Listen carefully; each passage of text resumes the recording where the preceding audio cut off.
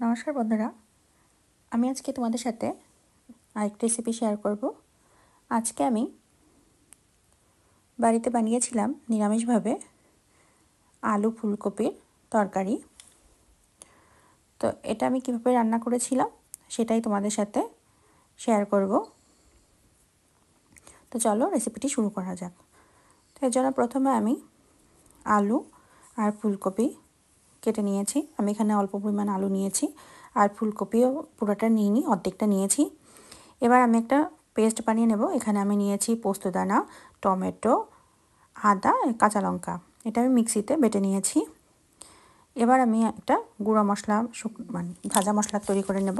এর জন্য আমি ধনিয়া, লং, দারচিনি, এলাচ এবং শুকনো লঙ্কা দিয়ে দিয়েছি। এটাকে আমি শুকনো খোলায় দিয়ে দিলাম, মানে কড়াইতে দিয়ে শুকনো খোলায় একটু হালকাভাবে টেলে নেব। টালা হয়ে গেলে আমি হামালদিস্তায় গুঁড়ো করে নিয়েছি, তোমরা চাইলে মিক্সিতে গুঁড়ো করে নিতে পারো। এবার আমি কড়াইতে তেল দিয়ে দিয়েছি।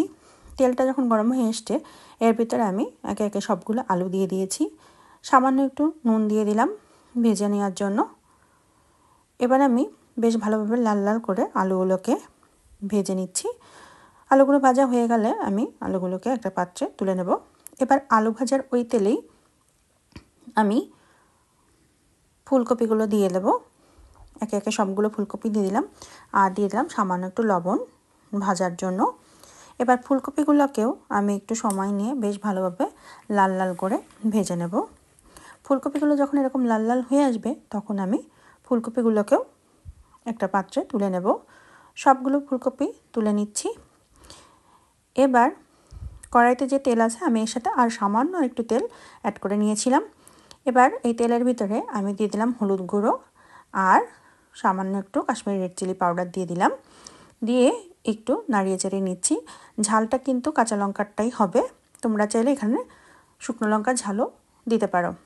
এবার আমি এখানে টমেটো আদার যে পেস্টটা করেছিলাম সেটাই দিয়ে দিলাম। দিয়ে একটু নাড়িয়ে চাড়িয়ে নিয়েছি। দিয়ে দিলাম টক দই, টক দইটা দিয়েও নাড়িয়ে নিলাম। দিয়ে দিলাম একটু জিরার গুঁড়ো, সেটা দিয়েও মশলাটা কষিয়ে নিচ্ছি। এবার এর ভিতরে যে ভাজা মশলাটা করেছিলাম সেটাও দিয়ে দিলাম, দিয়ে একটু নাড়িয়ে নিলাম। এবার আমি দিয়ে দিলাম স্বাদ মতো লবণ, দিয়ে দিচ্ছি চিনি। যেহেতু নিরামিষ রান্না তাই আমি একটু চিনি দিই টেস্টটা ব্যালেন্স করার জন্য, কারণ এখানে আমি টমেটোও দিয়েছি আবার টক দইও দিয়েছি। যাতে বেশি টক না হয় এর জন্য আমি একটু চিনি দিয়ে দিলাম।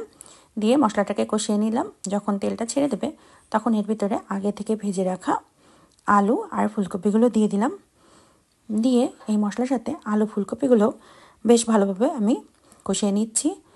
এবার আমি এর ভিতরে মটরশুঁটি দিয়ে দিলাম। আমি এটা ফ্রোজেন মটরশুঁটি ব্যবহার করছি, তোমরা চাইলে ফ্রেশটাও দিতে পারো এর ভিতরে। আমার কাছে ফ্রোজেন ছিল, আমি সেটাই দিলাম। খুব ভালোভাবে মশলার সাথে কষিয়ে নিলাম সব কিছু। এবার আমি ঝোলের জন্য জল দিয়ে দিলাম। জলটা দিয়ে বেশ ভালোভাবে একটু নাড়িয়ে নিলাম যাতে সব মশলাগুলো জলের সাথে বেশ ভালোভাবে মিশে যায়। এবার আমি এখানে 3-4টা কাঁচা লঙ্কা মাঝখান থেকে ফাটিয়ে দিয়ে দিলাম। এবার আমি ঝোলটাকে একটু জাল করতে দেব 5-6 মিনিট মতো, যাতে আলু ফুলকপি সবগুলো ভালোভাবে সিদ্ধ হয়ে যায় এবং এর ভিতরে যাতে মশলাগুলো বেশ ভালোভাবে ঢুকে যায়। নিরামিষ দিনে এভাবে কিন্তু তোমরা বানিয়ে নিতে পারো। এটা কিন্তু খেতে যেমন সুস্বাদু হয় তেমন অনেক ভালোও লাগে খেতে। দেখো কালারটাও কিন্তু অনেকটা ভালো এসছে।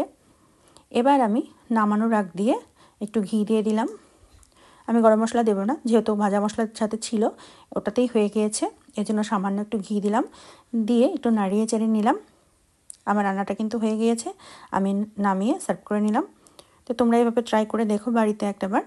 তো আমার রেসিপিগুলো যদি তোমাদের ভালো লেগে থাকে অনুরোধ রইল আমার চ্যানেলটিকে সাবস্ক্রাইব করে আমার পাশে থাকার জন্য। তো আজকের মতো এখানে বিদায় নিচ্ছি, পরবর্তীতে দেখা হবে নতুন কোনো রেসিপি নিয়ে।